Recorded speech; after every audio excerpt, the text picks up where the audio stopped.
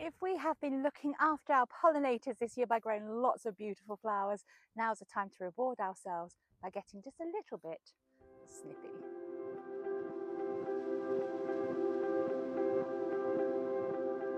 When it comes to our cut flowers and flowers that we have planted specifically for our pollinators, it is a case of knowing which ones need to be cut back and how you need to be dealing with them. Now, my sweet peas are still full of flower, although quite a few of them are starting to go to seed, but I'm not quite ready to give up on these ones yet. So these are one of those plants and flowers which actually, if you keep on cutting, you can cut and come again. So I'm going to try as much as possible to elongate this season and pop these in a vase at home because they smell just absolutely amazing. However, this is not the only pollinator friendly flower that I have on the allotment. Now, I have to admit that I am actually a little bit obsessed by calendula. Not only are they brilliant for pollinators, they are also great sacrificial plants. They look absolutely stunning, and actually they are edible as well as really useful for medicinal purposes. Now again, quite a few of these are actually going to seed, and I'm just going to leave those seed heads on there because I want them to dry out, because I'm going to get even more calendulas next year. But again, what I can be doing with these is just simply, as much as possible, cutting really long stalks on these, and they will make beautiful cut flowers.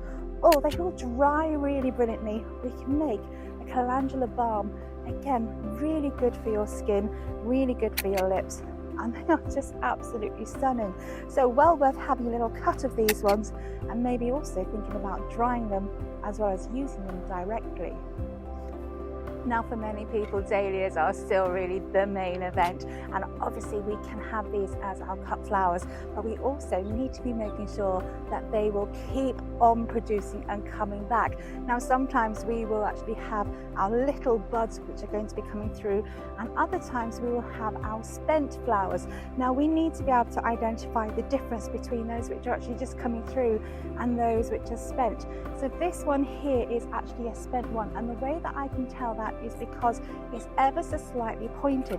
If I compare this to another bud which is just coming through, you can see that the bud coming through is actually rounded, and this one is ever so slightly pointed. So with that pointed one, all I'm going to do is just give it a good old chop, take it all the way off to that node.